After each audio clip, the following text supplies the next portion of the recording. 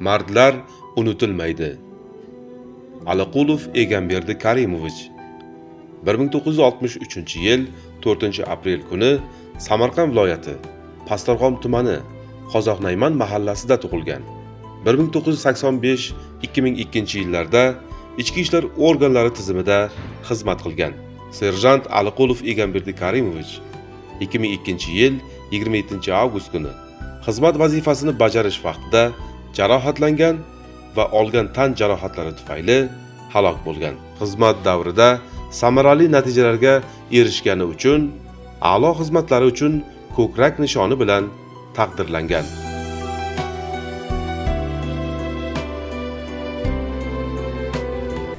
Yaxshi yashagan biza, urmagan, so'kmagan.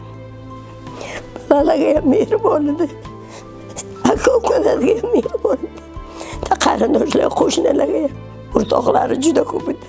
Bu ovqating yomon deganini eshitmagan. Ishda ham mas'uliyatlik, vaqtiga borgan, vaqtiga kelgan, chopib ketaydi odam. O'sha kun ham chopib ketgan ishga.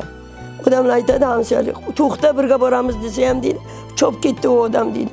Ajaliga chopib ketgan ekanmi? Biza qoldik, u mashinaga minib ketdi. Hozirgacha birga ishlagan o'rtoqlar keladi. Yo'qlab turadi hozirgacha. 4 ta kelinni birdan olaman deydilar. Bir kunga tushiraman, 4 ta o'g'lim bor. O'qitaman hammasini, voyenniga o'qitaman deydilar. Sportga qatnashgan, hammasi sportsmen, sportga qatnashgan. Shunaqa orzular bordi, lekin orzulariga erisha olmadim. Lekin to'yda 3 tasini bir kunga to'y qildim men.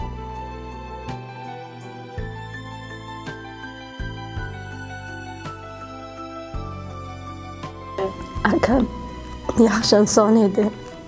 Hech qachon bizlarga yomon gapirmagan. Pastyanni nima deb kiysam oldimga tushib, "Bu meni singlim" deb oldimga tushib, nima og'ir ishim bo'lsa hammasini qilgan. Qo'lidan nima kiysa yordamini qilgan. Birga qilib darslarda ham hammasiga yordam qilib yurashdi.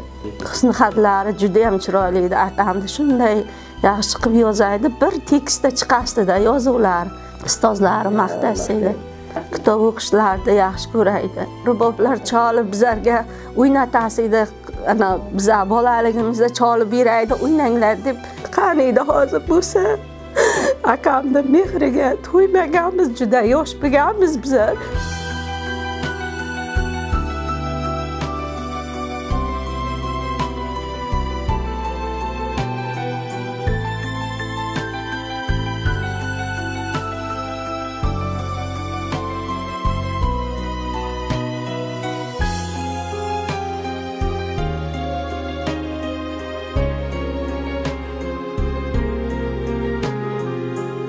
To'rtta o'g'ildan keyin kutilgan qiziman. Hamma o'g'ilni kutsa, meni dadam kutgan.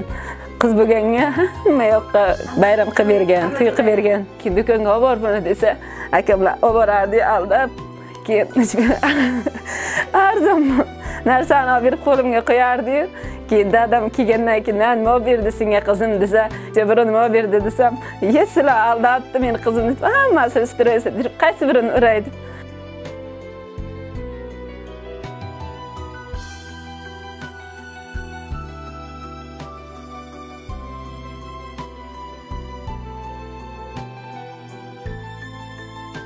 Bir formulani kiyganda bir odam faxrlanib, shu o'zingizdan jo'shib bir odamni ko'ngli ko'tarilasida shunday otam borligidan faxrlanaman.